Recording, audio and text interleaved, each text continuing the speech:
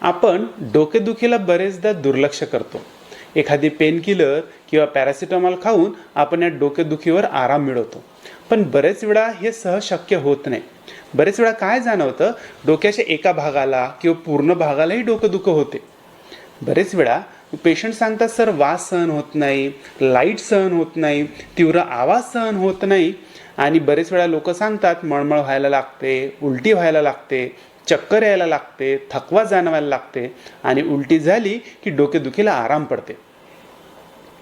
असं डोकं दुखणे असेल तर आपण याला मायग्रेन असं म्हणू शकतो. मायग्रेनपासून दूर राहण्यासाठी आपण काही प्रयत्न केला पाहिजे. जसं काही रुग्णांना आवाज सहन होत नाही, लाईट सहन होत नाही, झोप कमी झालं तरी डोकं दुखायला लागतं.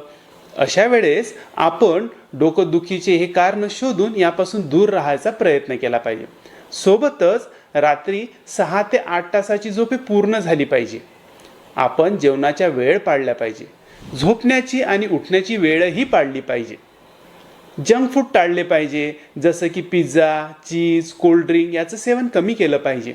घरच्या वस्तू ज्या हलक्या फुलक्या असतात त्या खाल्ल्या पाहिजे. मसालेदार वस्तू टाळल्या पाहिजे. उपवास टाळला पाहिजे. ताणतणाव दूर करण्यासाठी ध्यान साधना केली पाहिजे, व्यायाम केला पाहिजे. रोज कमीत कमी 30 मिनिटं तरी चालले पाहिजे.